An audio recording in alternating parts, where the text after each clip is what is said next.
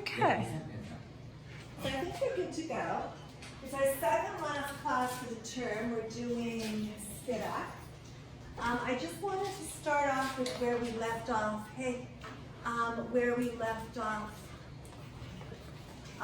Last class. And I think Spivak works nicely in terms of integrating this into. I may take my, I fell down and got a really bad that doesn't hurt sprain and I'm all taped up. So I may end up taking off my Ugg boots and walking barefoot because sometimes that's better, but you know, don't be, I'm just telling you. And I may not too, and I'll probably sit down a bit more because it seems to take longer to get through the subway system when you're like sort of dragging your foot. So to go through this, and I think these are really important questions that we should come back to. And, you know, so for somebody like Spivak, when you say, what does the thinker at hand say about gender? She says a lot. But for somebody like, give me an example of somebody who says Zippo. Should be easy. Nice. Although you can use Hegel. You can use Hegel to do a gender analysis, and people do, but yeah, Hegel's a good example of that. So then, does their position on gender equality and rights reflect the position of women in society at that time? Or does it go beyond it, or does it lag behind it? So, I mean, are they thinking? You know, are they conservative thinkers who are lagging behind? Are they even thinking about gender because they don't consider women people? I could probably be Kant. But not, there is, Kant's also got, as I think Al pointed out, it's not here, Kant's got something positive on women in another piece, so that's important. If it lags behind the position of women in the society and time they're living in, you can make some assumptions about that. I mean, okay, first assumption's easy, they're just not interested. Second assumption, the reason they're not interested is probably because depending on the time they're writing, they don't consider females equal citizens, right? And then you can kind of take it from there. And of course, as Spivak points out, and I think it's really, really important, if you're not doing an anti-colonial, anti-imperialist critique, you actually are contributing to colonialism and imperialism. So she points that out. So I think you can say sort of the same about gender. That doesn't necessarily invalidate other important things like saying like Hegel's dialectic, for example. And then you find that people have weird throwaway lines on gender, right? Like Marx has got some really weird throwaway lines where you're kind of like, I guess he thinks he's being funny, right? Or Nietzsche's the best on weird throwaway lines, right? Because Nietzsche, I mean, you can flip Nietzsche on himself. We're not reading Nietzsche, but I mean, he's easy because you can like take a look at what he says. It's the people that don't say anything and they're assumed to be gender neutral. And maybe their theory can be applied gender neutrally, that's not a problem. But I think you still need to point out that they're not saying something about gender. And they're not saying something about like, you know, other intersections as well, intersectionalities. Does it critique the unequal gender position that exists, or does it perpetuate it? So by not critiquing an unequal gender position, one is sort of just perpetuating it by, you know, the liberal way of doing nothing. You know, so like, remember in your first year and you read like a text? It's been a long time since I've taught first year, but I've taught first year at 3 different universities. And when it's really interesting because when the text appears to be neutral, it's probably got the standard high dominant bias in it. So when you're reading a text, now you can't accuse Spivak of being neutral, all right? When you're reading a text that seems neutral, it's probably got an inherent bias of the society in which you live, of the discourses in which you operate. You know, so just keep that in mind. I mean, I know you all know that. So then you ask, does the thinker ignore gender? Well, Hegel, yes, he ignores gender. Is it absent in the text? Yes. And then what does it mean to ignore gender? Well, I mean, I think you also have to look at it historically. Say what it means today when we're reading it, say what it meant in that particular time period. You can also assess whether the theory is useful. I mean, I use Heidegger a fair amount, and I'm fully aware, and is this going to tip over? I don't want another injury. I'm fully aware that his theory really was fed into, and he joined the Nazi Party both as a strategic move to become the rector, the director, but also because it fit with his belief. So then you ask yourself, okay, what can you use from that theorist? I tend to use the stuff on technology, which is what we're going to read, and art, and existentialism. I think you can also, and I think it's an important question, because I think some of the theory that the people who wrote it are objectionable, the theory itself can be used in non-objectionable ways. And I think the onus is on us to do that if we're going to use it. And we may want to point out how it's an objectionable theory and how we're using it against the grain. Right? So I think that these questions can kind of allow you to do that. I should probably close the door.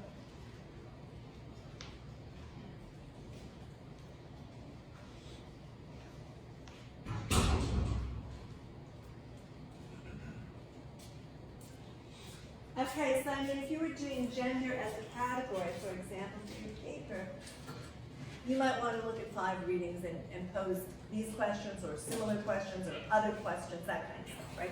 I'm not saying, these are not exhaustive, so certainly you can add to them.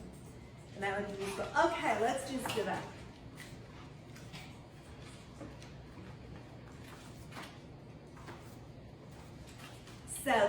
So I don't know if people have listened to Spivak on YouTube, have heard Spivak speak. That's Spivak in like 80, I don't know, we'll say 1980, 1976, when she translated Up Grammatology, Derrida's Up Grammatology. This is Spivak today. Spivak is a major force as a person and as a theorist. And over the years, I've heard her at a number of different conferences. I've talked with her. She's probably, and Spivak is surprising in that she's really, like she's an international scholar, like probably one of the top public intellectuals alive today, okay? She's very, very committed to education, and she sets up schools. She does fundraising for schools in northern India, for kids that don't have like schools, and she goes there and teaches and works with them. And she talks about it, so I mean, you kind of have to say that, and she also writes on pedagogy, and she writes on, how do people get to being able to make abstractions in their thought? So she's quite an intellectual force, a political force, but she's also a real sort of social education force. Now, she was born in 1942. She's like, and these are, again, I should just put the etc. here, which means you can never cover everything somebody is, but she's known as, a post-colonial theorist who, in conjunction with Said, was key in defining the field of post-colonial studies. She's also a literary theorist, which is why the article chapter is so hard to read, unless you're in literary studies, and then, hey, this one's for you. She's obviously a Marxist. She is critical of Marxism. She's a very strong feminist who's also a critic of both feminism and Marxism. She is a university professor at Colonial University, currently. And like university professors, like, it doesn't just mean you teach at a university, right? Like there's like assistant, associate, professor, and then university professor is an honor that's bestowed on you toward, like after a really sort of, what do you call it? Impressive career. Now, for years, Spivak has spent time educating poor populations in rural northeast India, building schools and teaching, and collecting finances. So, I think I first met Gayatri in maybe 83, 82, 83. Her grad students, I was a grad student, her grad students, it was a conference in Toronto, were staying at our place because we had a house as grad students, because it was early 80s, so you could like rent a house as grad students and have it as, you know, intellectual and party central. So, oh man, what's that? I have no idea. So anyway, Spivak, you know, what can I say? I mean, she has always fought really hard for ideas. She has taught so many people. She is both arrogant and humble, which is kind of interesting. And she won't really take any nonsense. So then, like I think 86 or something, I was presenting at a conference in, it was a southern state in the US, and Can the Subaltern Speak had come out. So it must have been like 88, it had come out, and it was a really big deal. And there was a panel of white male grad students critiquing Spivak on this for being, for excluding them, or excluding, and Spivak, you know, went to the session, and she sat there, and she used to always carry a switchblade, which was kind of awesome. And she just kept twirling it, right? And she was like pretty good at it. It was just like twirling it, and they were getting like, and you know, she wasn't threatening them or anything. She was like flipping and twirling, and they were getting more. And I think she was wearing a sari at the time, right? She did that with like motorcycle boots or combat boots, and they were getting more and more unnerved on this. And we were all kind of like, that's pretty. And then I think she got up and said, you just completely and utterly misunderstood what I said, and it's just embarrassing, right? So I always remember that because I'm like, I mean, it's amazing how theory, I mean, it was amazing to me because I get when you read it, not understanding it because of different literary references, because of different references to other thinkers you haven't read, that kind of stuff, but to miss the entire point and then to like organize a whole panel shows a certain level of commitment to, I guess, your own ideas, right? So she says, I'm a teacher, I teach, and she really means this. That's my activism both in the US and in West Bengal. I have, now then she just like goes, this is classic Spivak, so she makes this statement. Then she goes right off and she's like, I've got no respect for education NGOs. Quite frankly, they don't know the nature of her job. So obviously she's had some disagreements with them in terms of schools that are being set up. And what she's going as here, I guess never made this, she's going as academic giant. And I'm like, damn, that would be awesome. Yeah, so. I can't find the slides for them. They haven't been posted yet, I'm so sorry. I was doing them I should have posted them last night. I was doing them last night. I was saying, maybe before you came in, maybe I've done some water. Before you came in, that this lecture, although I taught Spivak before, I had a lecture on it, so I had to write this, and it actually took me with making the slides and doing this probably about 10 or 11 hours. Yeah, and like I'll put a little rider on there, you're like, damn, it should be a really good lecture. No, Spivak is really hard to understand. It's mediocre. But on the other hand, I really enjoyed going through the text, because when you go through the text slowly, and then I was like, she's gotten a lot more comprehensive and understandable as she's gotten older. She's like 75 or something now, right? Or older. She's gotten a lot more understandable. This is when she was young, and she was a really complex writer who would just start in the middle. You know, she just kind of jump in the middle and start going. And if you didn't understand, it was kind of your problem. However, having said that,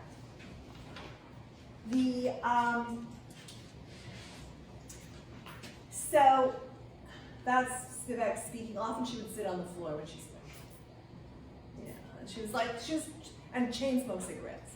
Oh, you could still chain smoke cigarettes. So the version you're reading was published in 1988. There were earlier versions in 1983 and 85. So the one you're reading is, and it's really small print, I'm sorry about that, guys. Although somebody did say to me which I thought was interesting. I was reading it somewhere with my glasses, and somebody came up and they were like, wow, oh, it was a restaurant. They were like, wow, you can see that, that's impressive. And I'm like, yeah, I guess it is pretty small. So it's the one you're reading is Collected in Colonial Discourse and Post-Colonial Theory of Reader. It's edited by Patrick Williams and Laura Chrisman. And it was originally published in Marxism and the Interpretation of Culture. I was looking for that one, that's where I first read it, by C. Nelson and L. Grossberg, 88. A version was written in 83, and the initial version was published in the journal called Wedge in 85. So it's been really around for a long time. Excuse me, there's been quite a bit of controversy over the piece. Spivak has changed it, has responded to it critics. It's kind of a living document. It's been revisited in other books. There's a really great book by Spivak called Critique of Post-Colonial Reason, where she revisits this piece in it, if you're interested, which we used to do on a graduate class on post-identity politics. So, having said that, what she's doing, I guess, and it's divided into 4 sections. I'll take it section by section, kind of, with a sort of introduction. And I guess I can back up, because I'm not going to talk about that for a couple minutes. I'll put it there. So, the main focus is she's looking into how Western cultures, and not just Western cultures, but she's also looking at the leading theorists in post-structuralist Western culture at the time, Foucault and Deleuze and Guattari. She also looks at Lacan, but she's looking at how Western cultures and Western theorists and Western intellectuals consider other cultures. So she's presenting the ethical issues that are involved in this Western analysis, in the sort of universal concepts and frameworks that are used. So she critiques Marx, she uses Marx, she critiques Foucault, she uses some Foucault, she critiques Deleuze and Guattari, and she definitely uses Derrida. So her overall claim, if you were going to like boil down her overall claim, and I think it's a very valid claim, and that is that Western academia is produced to support Western economic agendas. And that knowledge is used in the interest of those who develop it. So she's like doing what Foucault does there. Knowledge is never neutral.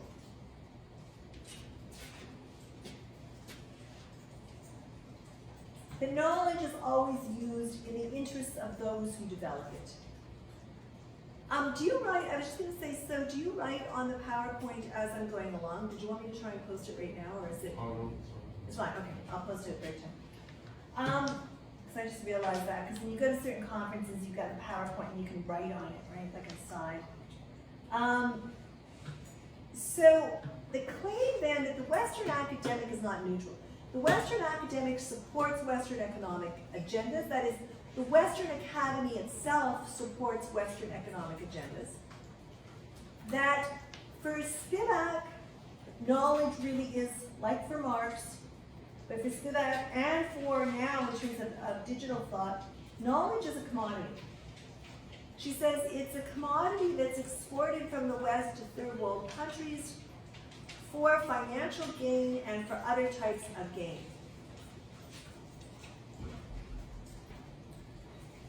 She introduces then the question, Dom, right? Yes. Okay. She introduces the question of gender and sexual difference in the work. And she defines, and she's been defining subaltern for many years, as has everybody else. We'll come back to the definition when we get to Gramsci in this lecture, but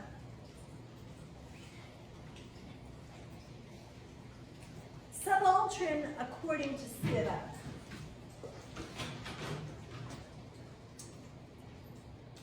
they're populations which are socially, politically, geographically outside the hegemonic power structure of the colony and colonial homeland. They originate from the term subaltern, in a sense, originates both from Gramsci and from a British military term that means low-ranking subordinate officer. So in post-colonial theory,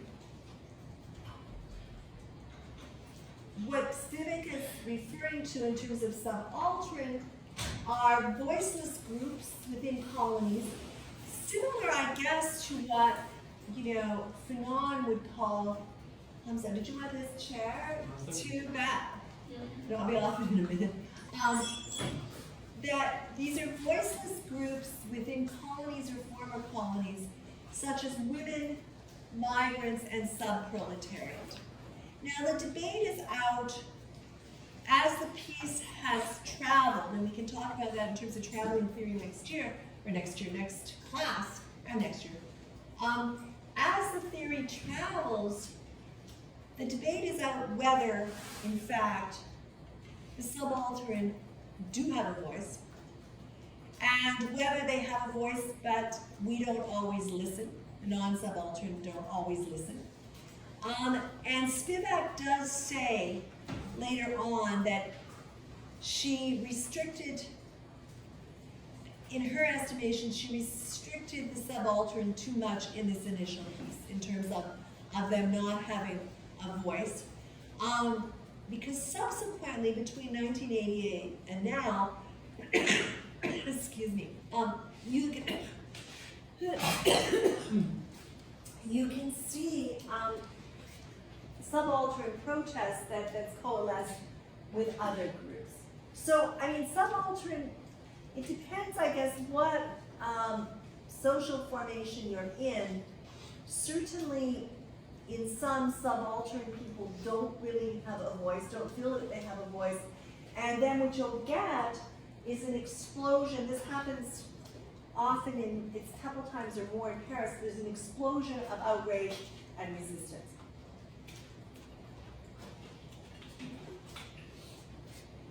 Now, Spivak wants to make sure that what she means by subaltern is not proletariat.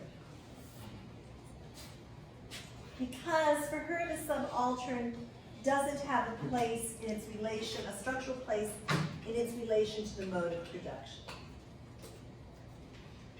So subaltern for Spivak are those that belong to the third world countries, or belong to third and fourth world countries, what one would now call the global south.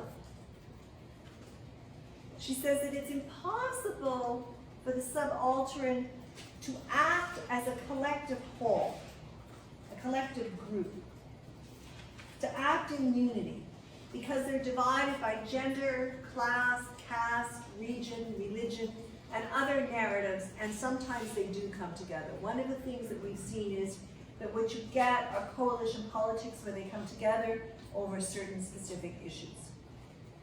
She would say that these divisions don't allow them to stand in unity. Now the first section, which is probably in my estimation the most difficult section in the piece, she criticizes Michel Foucault and Gilles Deleuze and Felix Guattari, and also Lacan, for committing what she, and then Zizek's second term, are going to refer to as epistemic violence. And for Spivak, epistemic violence is projecting Eurocentric knowledge onto third world countries. That is projecting Western knowledge onto third world countries, injecting it into third world legal systems, the forcible colonial replacement of one structure of beliefs with another.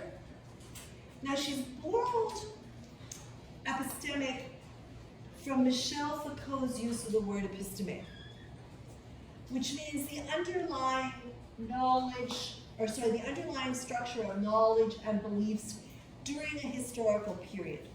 This underlying structure of knowledge and beliefs is always embedded in a knowledge power system. It's never neutral. And she says that, Deleuze, and she's looking at a conversation. So she looks at Foucault's history of sexuality and his work on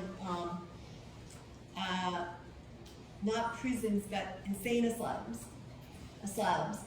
And she's also looking at Deleuze's work on anti-Oedipus. And then she looks at a conversation they're having. So she looks at the printed conversation they're having.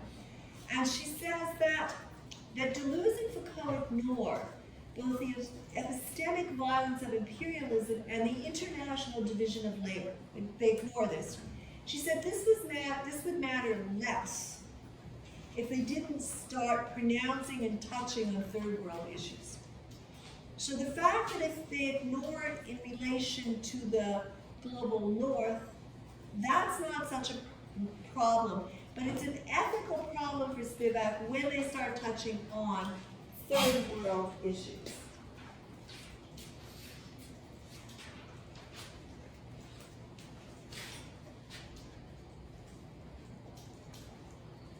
So, committing epistemic violence is really this projecting of Eurocentric knowledge onto third world countries. She says, again, that Western academic thinking is produced in order to support Western economic issues and interests. Now, you say, okay, but what if I'm studying, post-colonial studies, development in a Western context? And what if I'm working with scholars whose work is trained in case studies in the global south? Well, that's a bit different. Remember, Spivak's writing this in 1988. I think, and I'm not going to come to the defense of Western academic embedded imperialism. I think it depends what you're studying. If you're studying traditional political theory, I think the onus is on us to point out the embeddedness of imperialism in this theory. If you're doing developmental studies at a university that looks at development from the ground up, if you're doing international relations with critical security studies, things like that, if you're working with scholars who work in the global south and have lived in the global south, I think it's a different ballgame. I think that's sort of really important. But definitely Deleuze and Foucault really hadn't done any work on third world issues, and they were pronouncing on them. And they were pronouncing on them from sort of readings by left-wing leaders. So she goes back and she says that knowledge, like any other commodity, is exported. And it's exported with imperialism from Europe to third world countries. It's exported even more so now, in a way, in terms of culture being exported in terms of North American culture and the knowledge that goes with that. As we know, knowledge is never innocent. It expresses the interests of the producer. So, even something as simple as the lecture that I'm doing, okay? Now, there's certainly the people presenting today, but the rest of us, we've read the piece. What stands out as important to me has a lot to do with how I think about theory, how I think about what Spivak is writing about, and how I think about how the course sort of develops along. But what stands out to me may not be what stands out to you. Okay? And that's partly because even when we're trying, or even when I am actually trying to present something as closely to the author as possible, or the theorist author, it still goes through my own thinking process. So you can imagine how knowledge itself is sort of never neutral. That it's never innocent. It expresses the interests of the producer. And in 1988, we'll say 1983 to 88, when this was being written, Western knowledge tended to construct sort of third and fourth world, global south peoples and identities. in relation to Europe itself. That is, Europe was the ideal. What Spivak then says is that it's impossible for contemporary, so tell me, it's 10 after 12, not 10 after 1, right? Yeah. That clock is just like stuck in my, okay, good. Good to know, because I was like, damn, I'm really gonna have to talk fast. So she says it's impossible for contemporary French intellectuals to imagine the kind of power and desire that, because they can't, because the power and desire they understand comes from their location in time and space. So she says it's impossible for contemporary French intellectuals to imagine the kind of power and desire that would inhabit the unnamed subject of the other of Europe. It's not only that everything the unnamed subject reads, it's not only that everything they read, critical or uncritical, is caught within the debate of the production of that other, supporting or criticizing the constitution of the subject as Europe. So what she's saying there on page 75 is that French intellectuals are looking at the constitution of the subject in Third World and Fourth World, Global South, but they're doing it in the context of othering that subject and in relation to the subject of Europe. It's also that in the constitution of the other of Europe, great care was taken to obliterate the textual ingredients of which such a subject could affect, that is, could resist, could occupy, invest its itinerary, not only by ideological and scientific production, but also by the institution of the law. That is to say, simply, that this unnamed subject, the other, gets filled, quote, with the historical, this is Spivak, obviously, with the historical son of theory, the subject of Europe. And that's on page 69. So she's saying, which we all know, and which there's been a real corrective to in post-colonial theory and integration into more dominant theory, she's saying that, look, that basically what happens in terms of Western European theory is that the other is set out in relation to it. It's Said's argument too, right?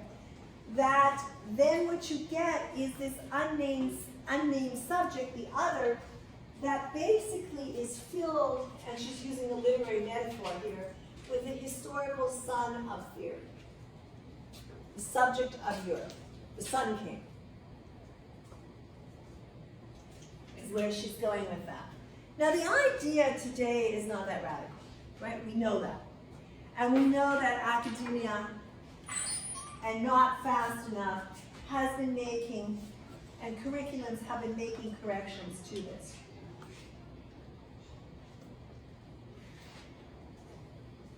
What for Spivak then, this unnamed other, the historic, getting filled with the historical son of theory, that is getting filled with the subject of Europe being developed in relation, as other in relation to the subject of Europe, is a production, and it's a practice. But basically, as Fanon says, you'll see the second term, that basically the first world produced the other of the third world.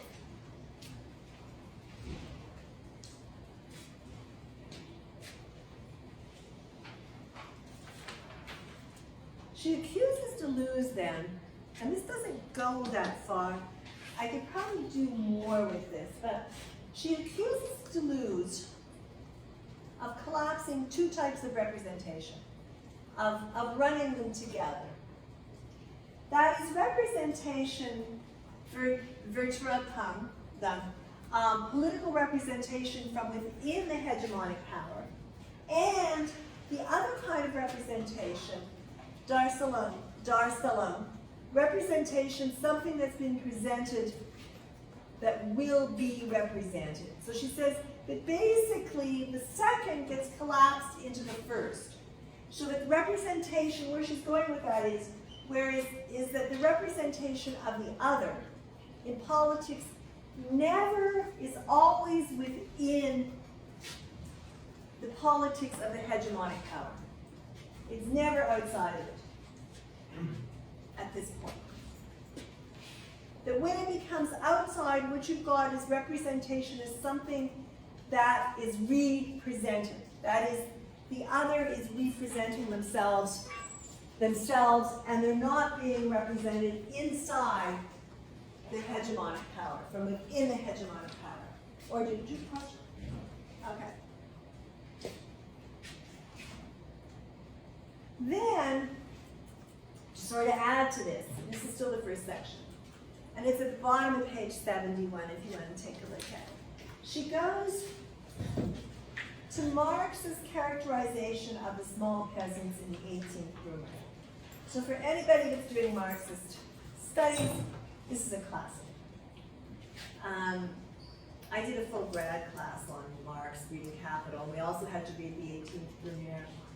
So she goes to Marx's characterization of the small peasant in the 18th Brumaire, bottom of 71, and she says, what Marx says is that the small peasants are incapable of making their class interests valid.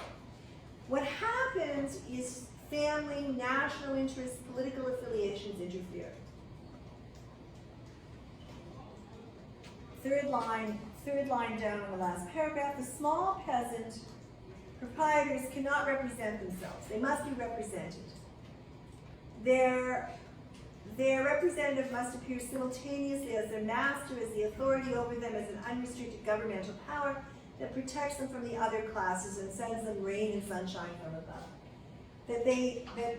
And so what Deleuze and Guattari use this as, or where they build from it, is rejecting collective group consciousness. So as post-structuralists, what you're going to get is a rejection sort of collective group consciousness. And what Spivak's doing there is saying, okay, Marx doesn't reject collective group consciousness. He even leaves room for the lumpen proletariat. What is missing, though, is the subaltern. Because he's not able to see the relationship beyond the economic. That is family, national interests, political affiliations, gender. Now, while the critique that she offers in the first section, unless you've read Foucault, which you've read some Foucault and Enlightenment, unless you've read Deleuze and Guattari, you've read some Lacan, it's difficult. Her bottom position is that basically she says, look, there's a very real possibility that the intellectual is complicit in the persistent constitution of the other as the self's shadow, as the European self's shadow. That's where she's going with it. And she's saying even the sort of most popular of radical intellectuals at the time she's writing, which is Foucault and Deleuze and Guattari, do the same thing. And that Marx, when she gets to the 18th Brumaire, Marx, because he tends to translate in terms of economic relations, misses what can bring the subaltern together. So that kind of, in a nutshell, is where she's going in the first section. Which is interesting, because she's really slamming hard, and you probably won't know this because you weren't around in 1988, but she's really slamming Foucault and Deleuze and Guattari hard at the point where they are the most popular intellectuals in the West. Like, she's really decking them. And she's a newbie. I mean, she basically came on the scene as a literary scholar, and then she translated Derrida's Grammatology. And then she kind of went from there, and I'll go to Grammatology in the third section. So this actually made her career, because once she said these things, people were like, oh yeah, You know, that makes sense. So when you read them now, you're like, oh yeah, okay, of course. And you're like, why? I mean, really, I'll go back to it. You're like, why is she focusing on Foucault and Guattari? Like, what's the need for that? That was the need for it at the time. She was taking down the sort of, what do you call it, intellectual conference stars. They were bigger than, what's his name? Zizek. Okay, they were bigger than Zizek, way bigger in 1988. You know, so every conference was clamoring to bring them in as guest speakers and pay them lots of bucks. Foucault was in Toronto a couple of times, which was pretty interesting, and he was also very good with students, as was Derrida. They were all, as was Spivak, right? So she kind of joined that conference and intellectual circuit. Now she begins section 2 with, I would say, the clearest example of epistemic violence.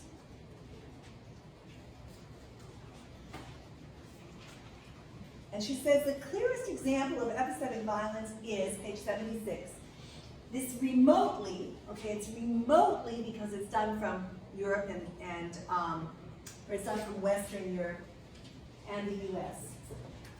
So the remotely orchestrated, far-flung, and heterogeneous project, and heterogeneous, of course, means like coming from all different fronts, from political, from economic, from cultural. It's bringing everything in. So this remotely orchestrated from Western Europe and, or from the West, we'll say, and the US, far-flung and heterogeneous project to constitute the colonial subject as other. That is the clearest example for Spivak of epistemic violence, and that's what she's addressing.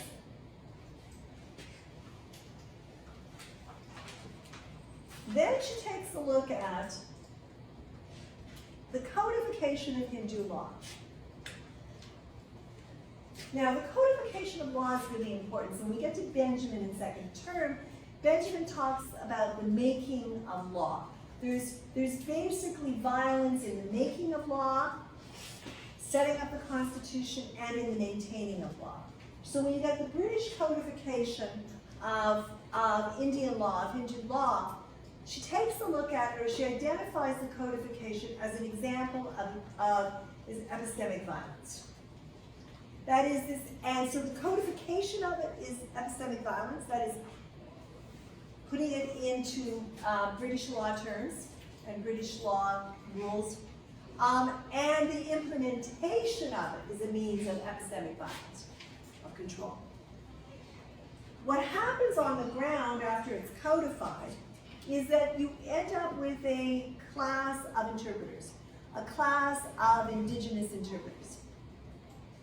So she says this creation of a class of interpreters between the colonized and the colonizer. The interpreters are employed to infuse and indoctrine the colonized with Western ideologies. They serve then as, and you've heard this term before, sub-oppressors, who pacify, and this is why one of her critiques of education, and it's one of her critiques to go back to what she says about the NGOs. They pacify the colonized by educational indoctrination of the oppressed.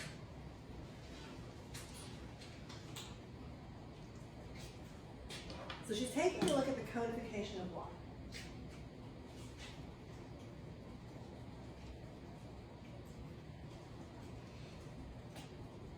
The other is completely inaccessible to Foucault and Deleuze. The non-European other is inaccessible. Remember what Said says about that in terms of Freud and the non-European other. She says that the other is inaccessible to Freud and Deleuze. And on page 78, she says she's thinking of the general non-specialist, non-academic population across the class spectrum, for whom this Western episteme operates its silent programming function.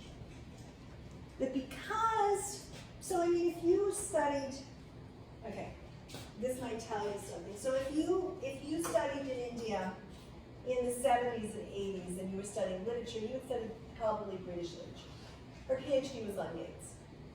You know, one of the founders, the founder of the Forum on Contemporary Theory, which is in India, which is a great conference where people go from, it's every year, go from all over India and from the West.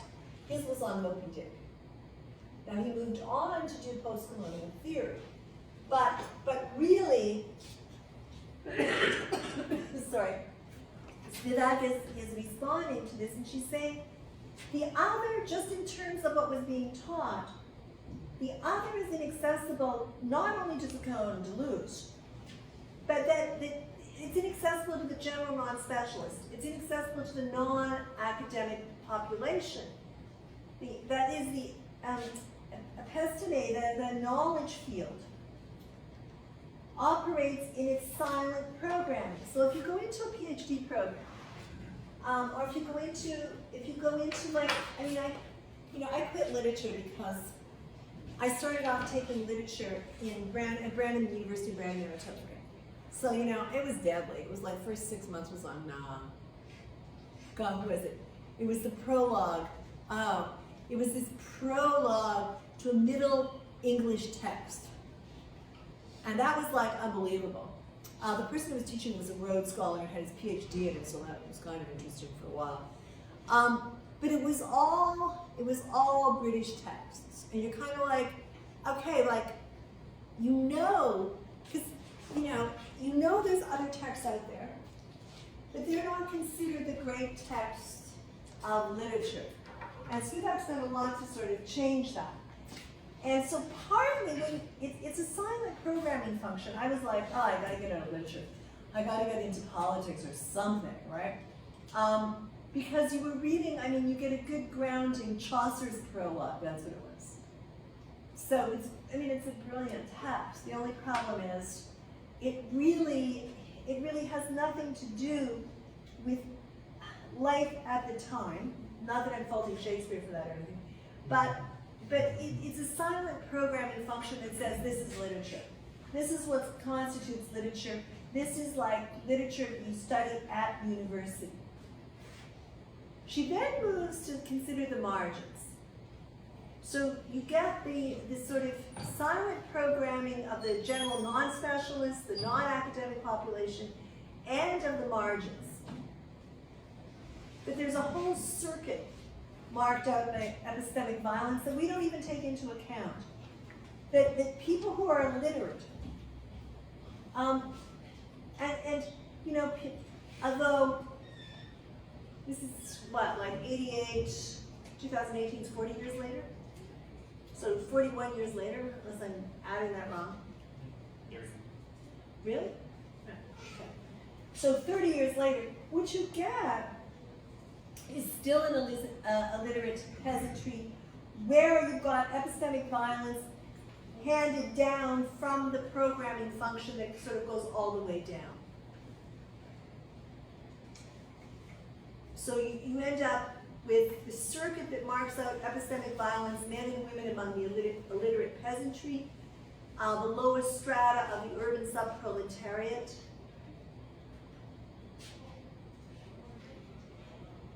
Spivak then addresses this, and this is something that was really addressed a lot in the 80s. Yeah, Order. I was just wondering if the sub-oppressor hands down the indoctrination to the subaltern at universities. If the university is an invention of the Catholic Church, doesn't that mean that the university itself is a sub-oppressor? Yeah. As an institution?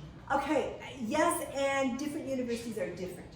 So a university that's still affiliated with, a church affiliation, they have a curriculum, right? Certainly as it started, yes. Okay, when you get to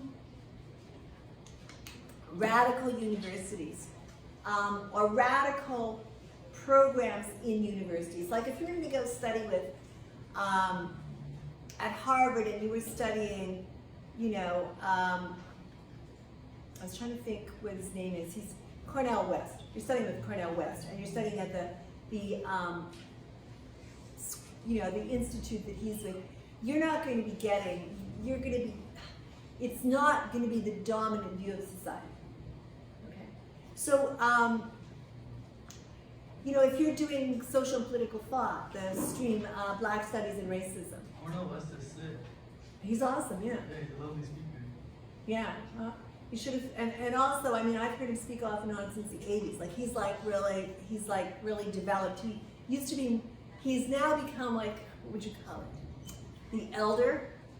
But when he was young, he was just like, still militant, but he was just like even more militant.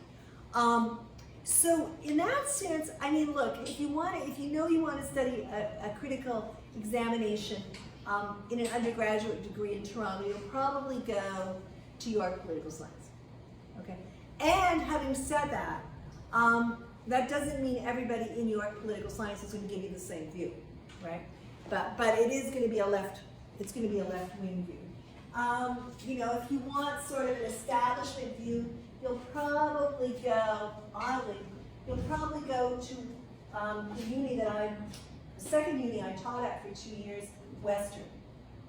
So I mean, people sort themselves out. So different universities, but there's always pockets in there.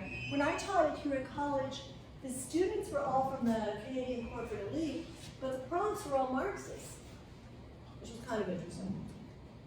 And nobody seemed to mind because, you know.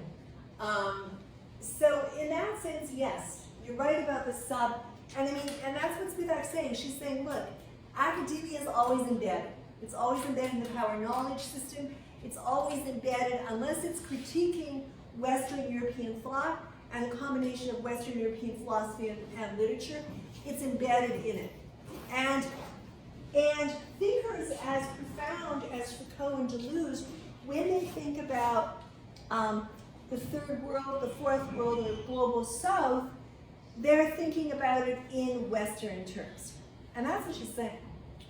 And this is for her, and rightly so, it's embedded in an epistemic or epistemic violence that's embedded in the system.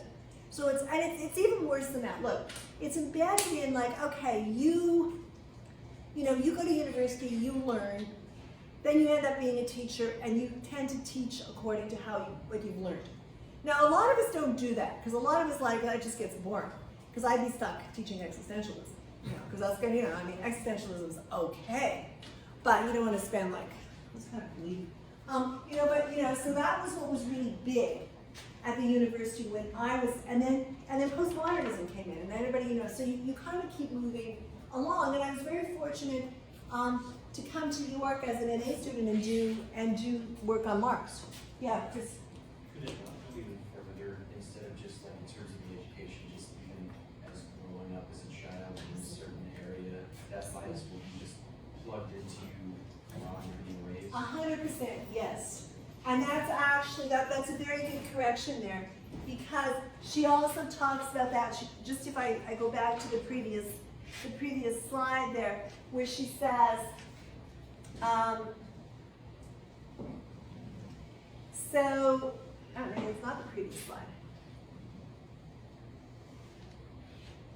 But where she talks about the fact that it operates in terms of its silent programming function. I guess that wasn't on the slide. That there's a circuit of knowledge marked out that's embedded in epistemic, or epistemic violence. So then, in the first world, according to Foucault and Deleuze, the oppressed, now remember this is 1980s, the oppressed, and then you can see also there's like major student protests in France, again and again around education, right? As there still are. But in the first world, according to Foucault and Deleuze, the oppressed is given a chance. And so, you know, Deleuze talks about resistance. Foucault talks very much about resisting with bodies and pleasures. He's out at many demonstrations all the time. That according to Foucault and Toulouse, the oppressed, if given the chance, and on the way to solidarity through alliance politics, can speak and know their conditions. And she says, well, this is not necessarily the case on the other side of the international division of labor. It's not necessarily the case. She says, it's her key question. And that is, on the other side of the international division of labor, violence of imperialist law and education, can the subaltern speak? She's really asking this. She's saying, well, yes, in first world countries, there's like a building of solidarity. You're kind of like, I don't know. You know, like, are people following like what's going on in Hong Kong, even like just briefly? Because every time you kind of follow it, you're like, oh my God, the state is moving in incredibly oppressively, and yet the protest is still going on. Like it's a really big resistance.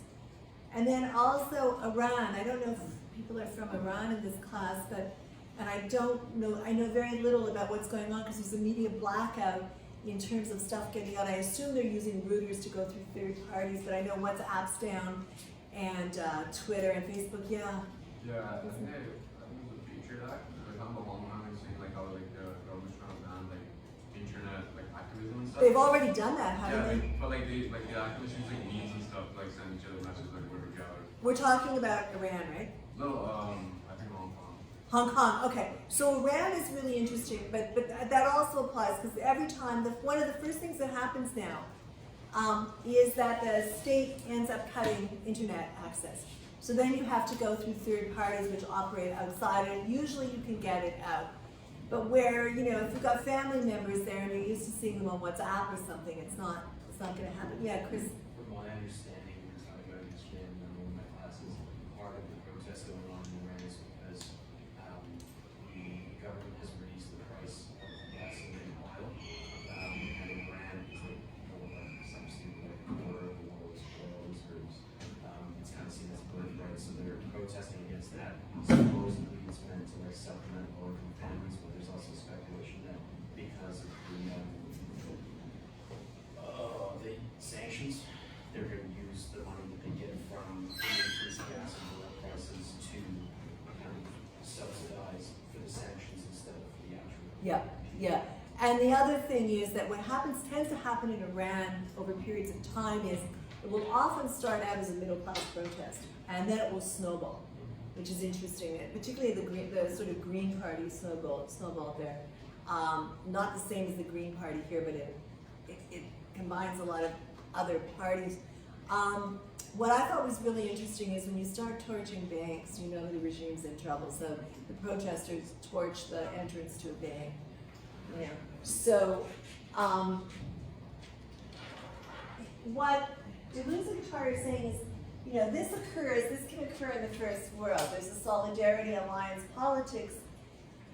Spivak questions in this article, and she goes back and forth on this in later work, whether on the other side of the international division of labor, violence of imperialist law and education, can the subaltern speak? Can they protest? Can they get their needs met? Can they make their demands known, or are people speaking for them? And the question always is, or are people speaking for them? And if people are not speaking for them, can people listen? Did I see a hand or no? No, okay. Gramsci, I don't know if people here have read Gramsci. If you haven't read Gramsci's really worth reading. 1891 to 1937. So as well as subaltern being in British law to show a sort of subordinate officer, he coined the term to identify the social groups excluded and displaced from the social economic institutions of society in order to deny their political voices. Gramsci's Italian, he's in jail. Mussolini had him put in jail for resistance. for going against the regime.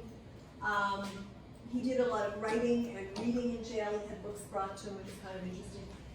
So the subaltern, though, Spivak insists, and this is where she differs from Gramsci. The subaltern is not, and this is from an interview with Spivak, just a classy word for oppressed, for other, for somebody who's not getting a piece of the pie. She states that in Gramsci's original usage, Gramsci had to encrypt his writing to get it past prison censors, much like Prasad did too. To get it past prison censors, that in the original writing, it signified more proletarian, but proletarian whose voice could not be heard, being structurally written out in the capitalist bourgeois narrative, Spivak says. But in post-colonial terms, everything that is limited or no access to the cultural imperialism is subaltern. It's a space of difference. It's not just oppression. It's not just the oppressed, she says. The working class is oppressed, but the working class is not subaltern. And then you say, well, it's really hard to figure out who falls within the subaltern class. I would say you need to use intersectionality, and I think you also need to use lumpen proletariat, although Spivak would not use that term. But it's those who have no sort of relation to the means of production. Structural relation could be one way of looking at it. And even that's not perfect. Then she says, if in the context, so if in the context of colonial production, this is on page 83, the subaltern has no history, because they're written out of history, and they're particularly written out of British encoded law, that they have to follow it, and they cannot speak. The subaltern as female is even more deeply in shadow. Okay? So if in the context of colonial production, the subaltern has no history and cannot speak, the subaltern as female is even more deeply in shadow. Now, she doesn't mean that they can't speak, she means that nobody will listen. Okay? She also means that, you can go and talk to people that fall into the category of subaltern, and they may be resisting against the regime. Usually they'll have a leader or leaders through which their demands are also fed, who are doing the speaking, that are speaking in a sense for them. Then we go to section 3. Okay. So here she introduces a few aspects of Derrida's work that are useful for people outside of the first world. So remember, Derrida also has become really big at this point, and Spivak has been really key in bringing Derrida to the West, North American West, to North America. He's in France. But she was really key because she translated of grammatology. So that's a picture of Spivak and Derrida. The French publication of grammatology was 1967. Spivak's English translation with a 90-page introduction came out 76, 9 years later. All of a sudden, Derrida becomes a superstar, not just in France, but in English-speaking countries. They often do conferences together, and Spivak maintains that Derrida's understanding of grammatology, which is the structural unity and coming apart of a particular text, that basically, it's a linguistic theory that texts and their meaning may not be identical, right? So, grammatology is the first place that Derrida's theory of deconstruction is published in English. So what that means is you take apart the text and meaning. They don't necessarily have to go together. So you read a text looking for things that run counter to the intended meaning. And that's when everybody started having a really good time. Okay?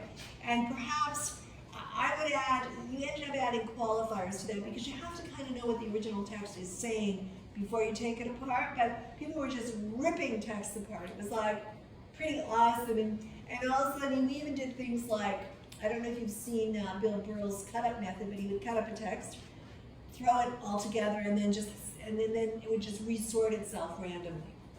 Right? So we did some of that.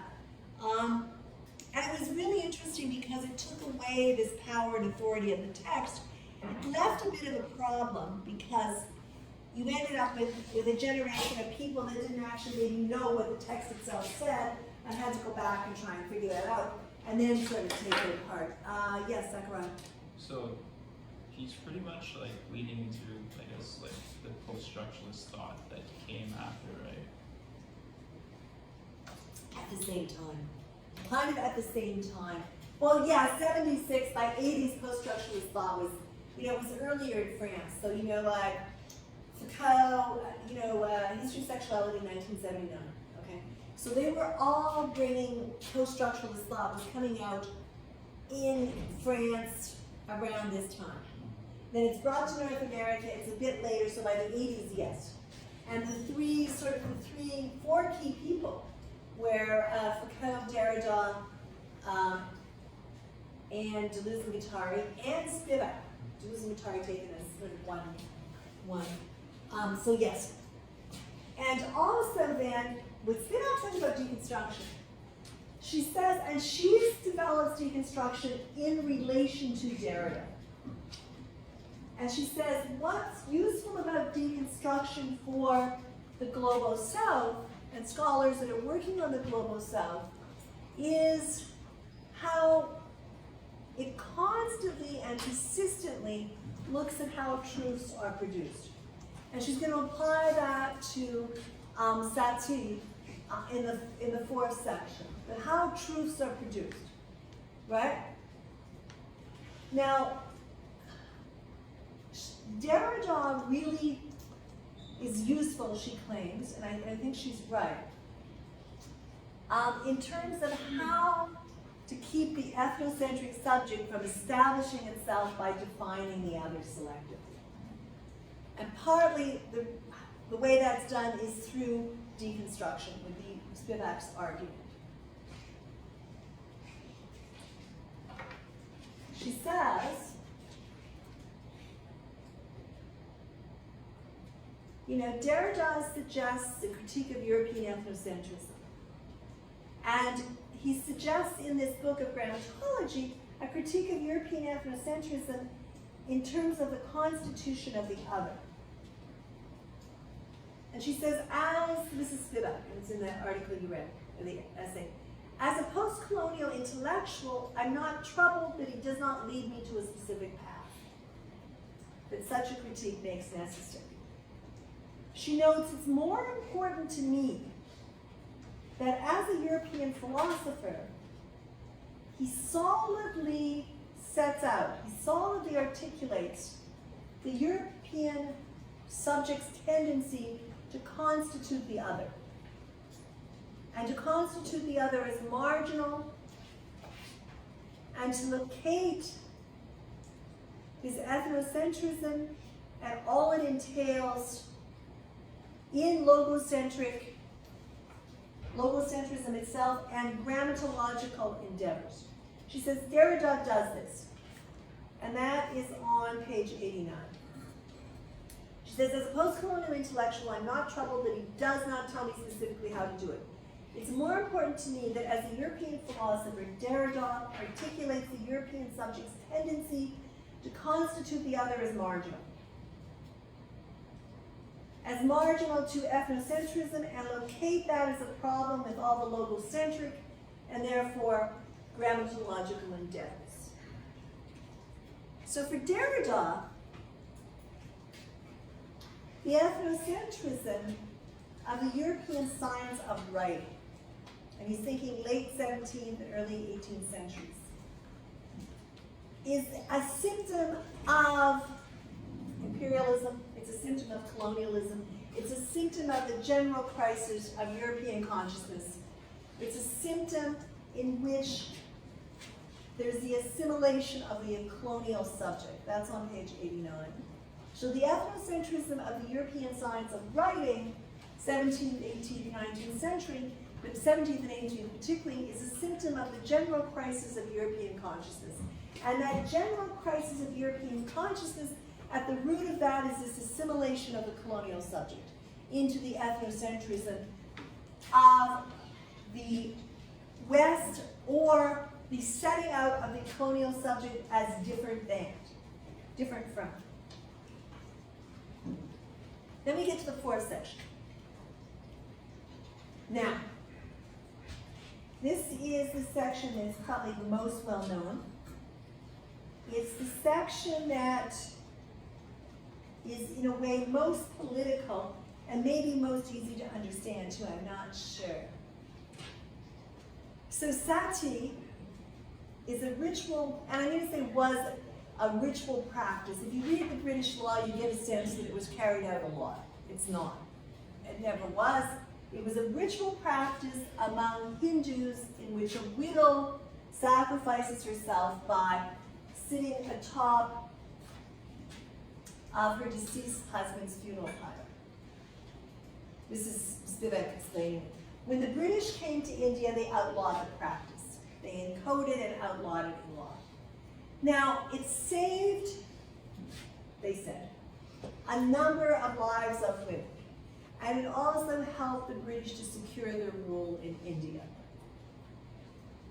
However, Spivak says, the outlawing of this practice had a complete absence of Indian women's voice. It also had a complete absence of any knowledge of the Sanskrit theological texts and of the Veda.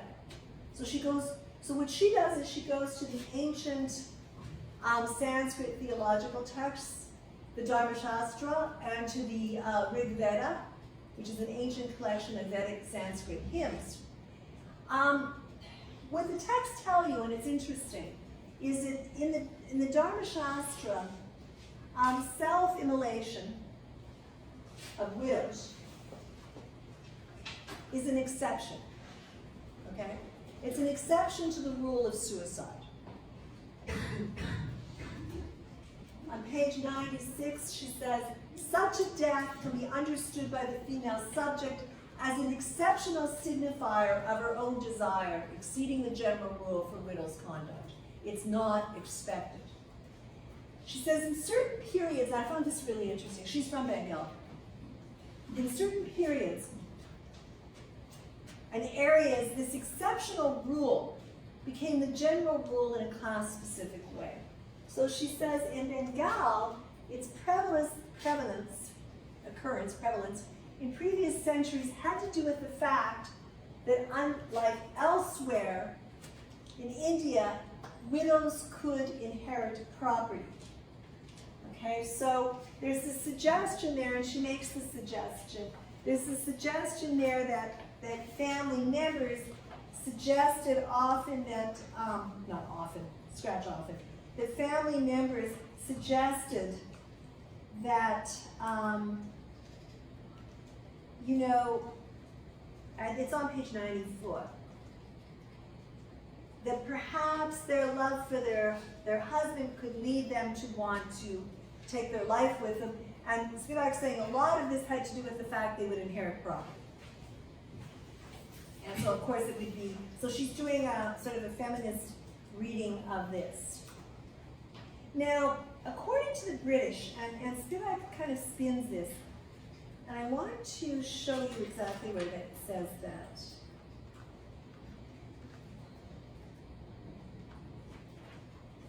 It's actually on, it's on page 96, I'm sorry, and she's looking at, in Bengal, and she says, it's just before the last paragraph there. She suggests, because the wife had the same rights over joint family property which her deceased husband would have had, must have frequently induced her surviving members to get rid of the widow by appealing at a most distressing hour to her devotion and love for her husband. And that's on 96.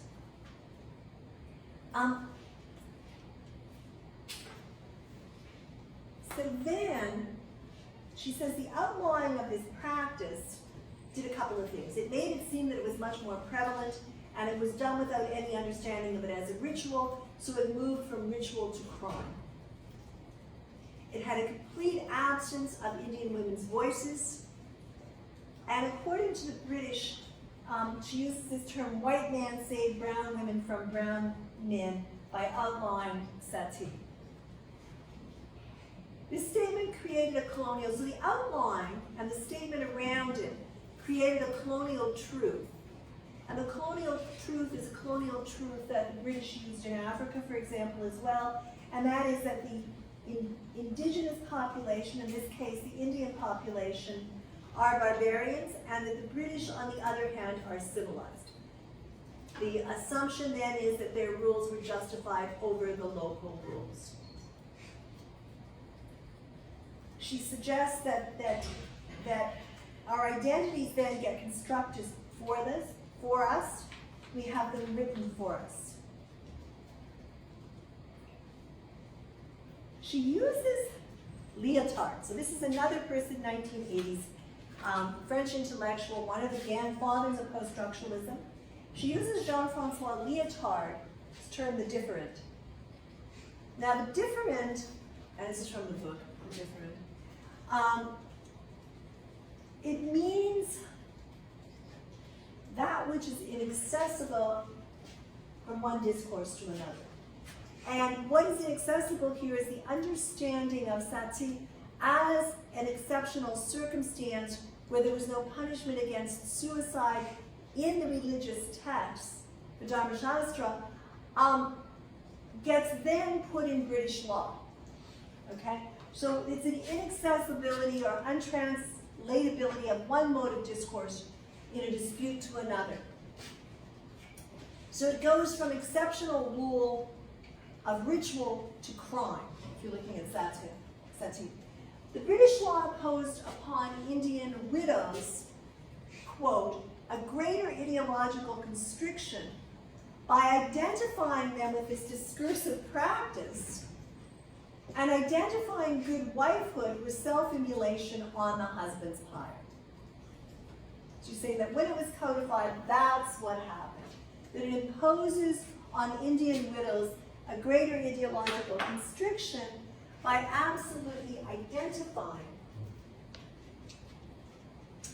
within a discursive practice good wifehood with self-immolation on the husband's pyre, which is not the way it was understood in the religious and theological writings. Rather, it was understood as an exception in which suicide could be allowed, but not a regular practice at all. What interests Spivak is that the protection of women, third world women, becomes a signifier for the establishment of a good society. The protection of women, the Western protection of women, the Western protection of young girls, for example, building schools, Afghanistan is an example people go to, that the protection of women, third world woman, becomes a signifier for the establishment of a good society. Imperialism's image, this is on 94, as the establisher of the good society is marked by this espousal of the woman as an object of protection from her own kind. From her brothers, from her father, from her husband. Imperialism's image as the establisher of the good society is marked by the espousal of woman as the object of protection from her own husband, father, brothers, from her own kind.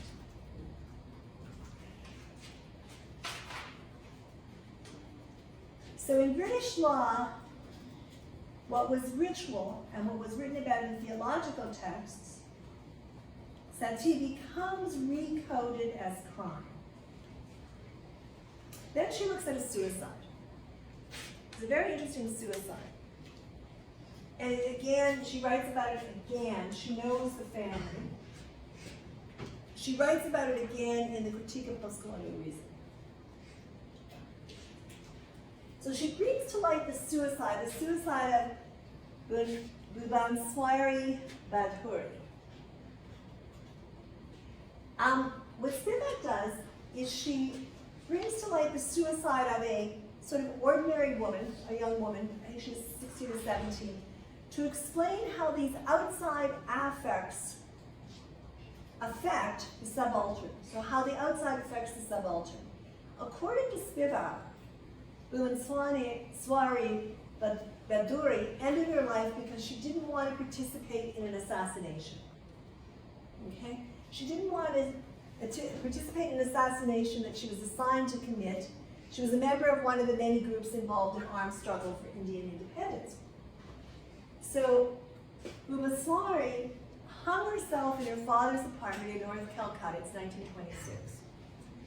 Interestingly, and this is crucial in terms of what Spivak is doing here, that she did it while she was menstruating, to dispel the idea that she was pregnant. Okay, so she was not seen as sort of a love death.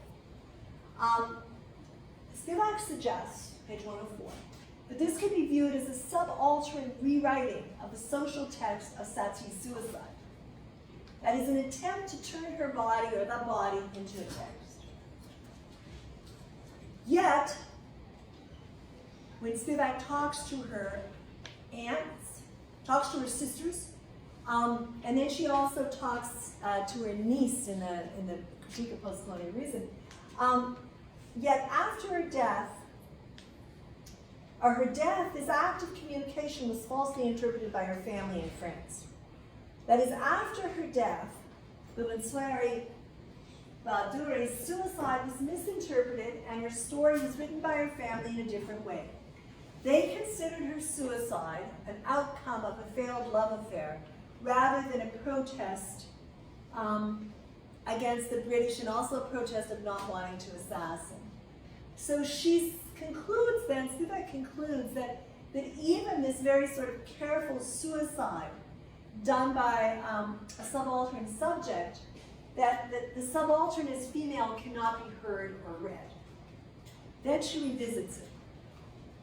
This isn't the revisiting, I'll tell you about the revisiting, we'll end with that. So she revisits the story. She goes and she talks to the sisters again. She talks to Bubanswari's niece, who's now a member of the transnational economic elite, right? So you've got the aunt who ended her life as a protest, and all the family members basically say, oh yes, it was a love death. Even though there was a real sort of attempt to make sure this was not a takeaway on it. And then Spivak says, okay, well, actually it was more of a middle class family, but she's not really subaltern. And I don't know what that means in terms of can the subaltern speak or not. It certainly means that nobody was willing to listen to her speech. So she concludes this essay with the subaltern cannot speak. She says there's no virtue in the global laundry lists with women as a pious item.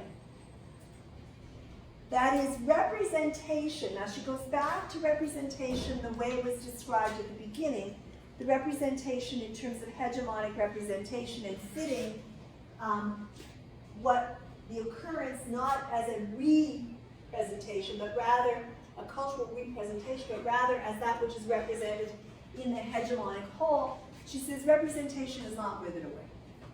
The female, she's referring to herself here, she says the female intellectual as an intellectual has a circumscribed task which she must not disavow with a flourish. And I'm like, okay, so what's the circumscribed task? And that would be, I don't know.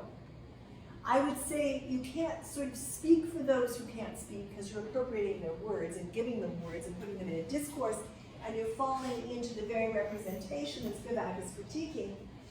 Yet, one of the things Spivak does is She talks with people, interviews people, and puts their words down, but it still is translated through. So the question then is, all right, 1988, 2019. What does it mean to say the subaltern can't speak today? Would be what I would leave that with. What has changed? And we'll talk about that in tutorial. And it's like, according to the clock, it's like 5 after 1. So be back at 20 after we got 4 people presenting.